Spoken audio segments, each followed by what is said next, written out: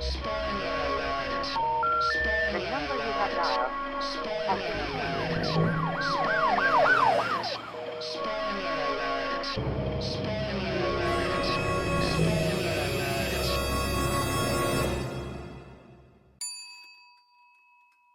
Star Trek Into Darkness. Yes, it's J.J. Abrams' reboot 2.0 episode 2. And what can I say? I hated the last Star Trek film, Star Trek. I should do a video about the extent to which that just didn't make any sense in a really sort of insulting way. But this one, you know, is a bit fuzzy around the logic, if you forgive me, but it's not as insultingly senseless as the last one. So we have improved. Yes, in my opinion, Star Trek Into Darkness is an improvement over Star Trek because it's not as shit. I thought Star Trek was shit, which puts me in a minority. But bear with me. Why isn't it great? Because it's not. You know, it really struggles to convey any kind of rapport between the characters. Now, I know it's sort of unfair almost to compare it to the Shatner and Nimoy and all that kind of bunch, because I mean those actors, when you see them in those 80s movies, they well, you know, they're old, but you've seen them when they're young, and so you just immediately get the sense that these people have been together for, at that point, 2 decades. When you see them in something like Search for Spock, you know, there's an almost instant sense that they're a bunch of people that, whether they like each other or not, have been together for a long time. These actors don't have that, so it's kind of unfair perhaps to expect it, but the movie tries very hard to conjure that up.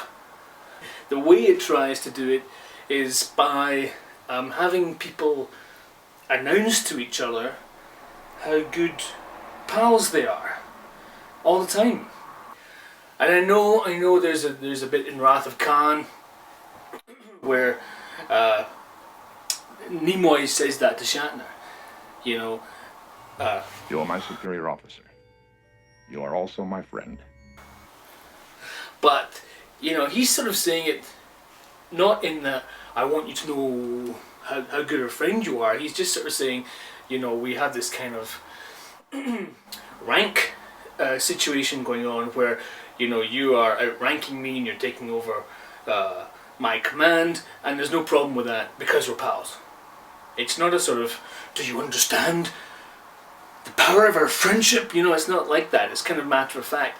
And of course it allows the thing to pay off later in the death scene. Now, the death scene, and this is called spoiler alert, so please fuck off if you don't like spoilers. But the death scene is recreated with much of the same dialogue as Wrath of Khan in this new movie. To get the most out of the scene, it requires you to remember Wrath of Khan, to know Wrath of Khan so well that the dialogue, when you hear it being spoken again here, resonates with you. And all this stuff doesn't let you get emotionally involved with it, because you're kind of putting a jigsaw together in your head, which is fine for a lot of science fiction. There's a great deal of pleasure in that, but you don't get the kind of as much emotion as the film seems to think you're going to get from it. It does the same sort of a cheat that was done in Star Trek. Now, as we all know, the saviour of Star Trek and the god of Star Trek is, of course, Nicholas Meyer. Star Trek was nothing without him, and it kind of lost its way whenever they didn't involve him. The death scene in Wrath of Khan was controversial within the production because Meyer hated the cheat of asking people to invest in a death scene and then making it not a death scene. right? And essentially bringing the character back to life. And so the tease of that in Wrath of Khan, where you see the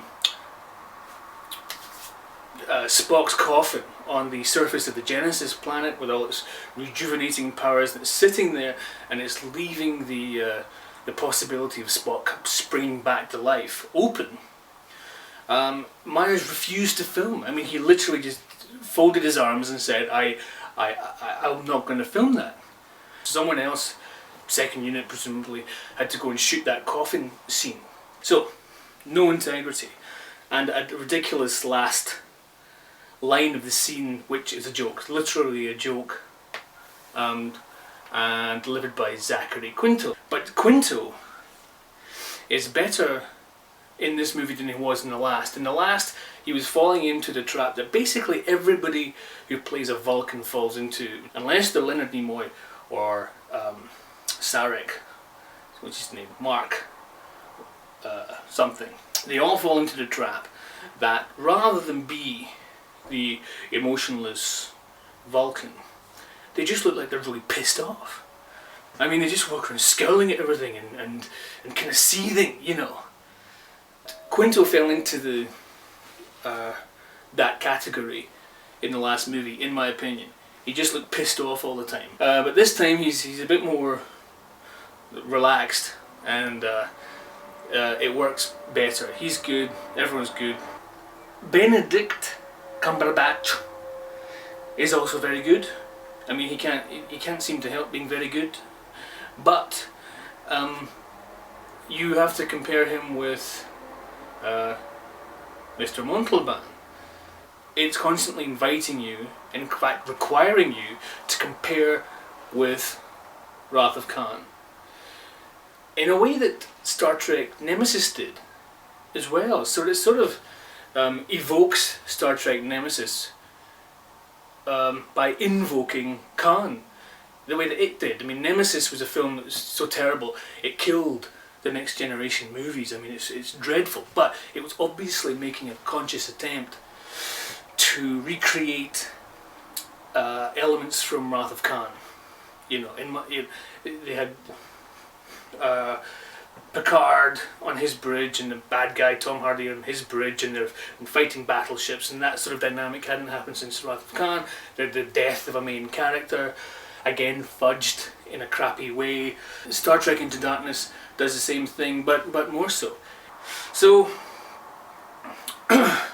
it's perfectly enjoyable. If you liked the first J.J. Abrams Star Trek movie, you will love this. I didn't understand why so many people loved the last movie, but if you were one of those people, you will like this. And I thought it was okay, but you know, in terms of the Star Trek mythos, they just took on the biggie, and okay is a wasted opportunity.